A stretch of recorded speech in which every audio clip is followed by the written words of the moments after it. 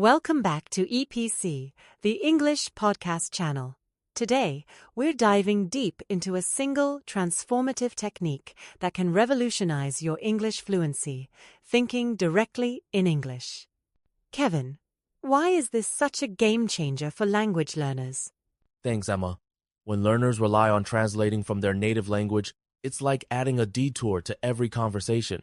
Instead, thinking in English streamlines processing, much like driving straight on a highway instead of taking side roads. This leads to faster, more confident speaking. That's a great analogy.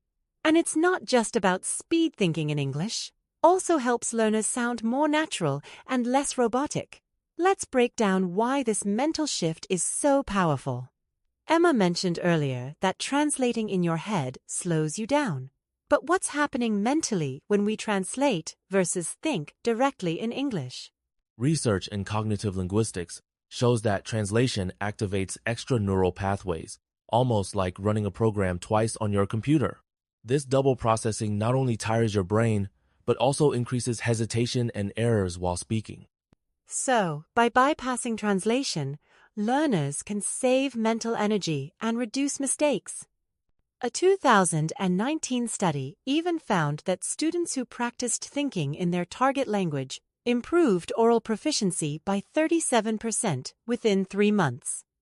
Exactly. The brain is like a muscle. The more you use it in English, the more automatic and natural your speech becomes, just like athletes training for muscle memory.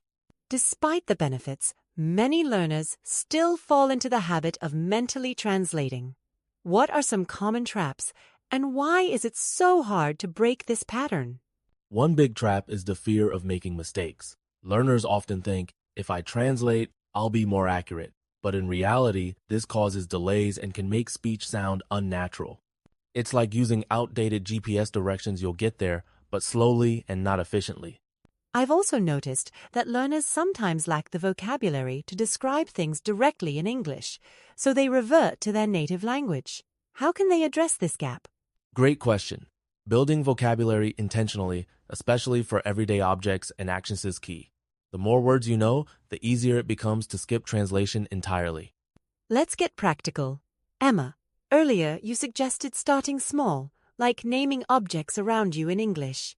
Could you elaborate on how this works? Absolutely. Imagine you're in your kitchen. Instead of thinking cebola and translating to onion, just look at it and say onion. Over time, your brain forms direct associations, skipping the translation step entirely. So, it's about creating new neural shortcuts.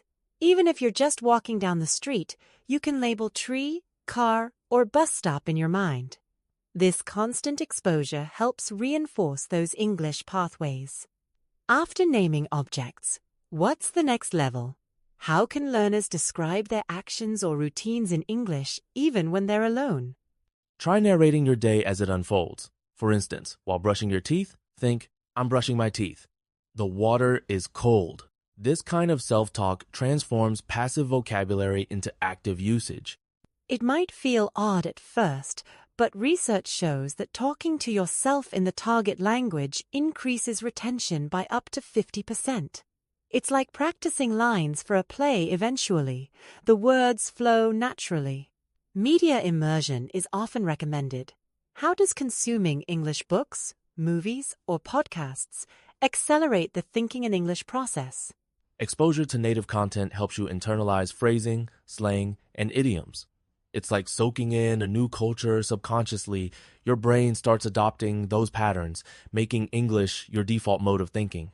A 2022 survey found that learners who spent at least 30 minutes daily with English media improved spontaneous speaking by 25%. So, watching your favorite series isn't just Funit's powerful brain training.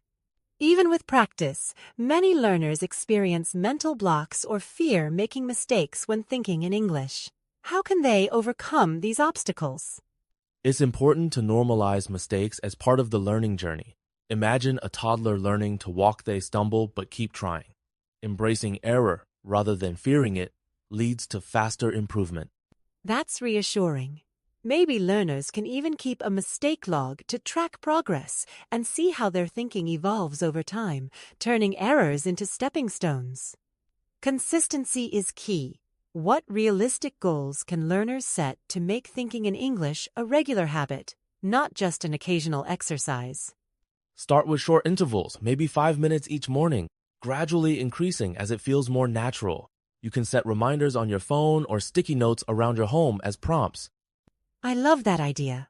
Over time, these micro-habits accumulate, turning English thinking from a conscious effort into an automatic response. To put theory into practice, we're introducing the 24-hour English Thinking Challenge. Kevin, how does this exercise help solidify the habit? Immersing yourself for a full day pushes your brain to adapt quickly. It's like a language boot camp eliminating the option to translate. You force yourself to find creative solutions and truly internalize English. It's a fantastic way to accelerate progress. And for those worried about getting stuck, try preparing a few phrases or mental prompts in advance. After the challenge, how can learners measure improvement and stay motivated for the long haul? Keep a simple journal of your experiences. Note how often you caught yourself translating or moments when you thought effortlessly in English. Over weeks, these entries become a record of real progress. Celebrating these small wins is crucial. Plus, sharing your journey with a community like commenting on our challenge can provide accountability and encouragement. As we wrap up, what's one final takeaway for learners hoping to master thinking in English? Remember, fluency is a journey, not a destination. Every attempt to think in English, no matter how small, brings you closer to natural, confident communication. Be patient, stay curious, and celebrate every milestone. Thanks for joining us on EPC. Hit like and subscribe for more tips. And don't forget, every thought counts on your path to fluency. Happy learning, everyone!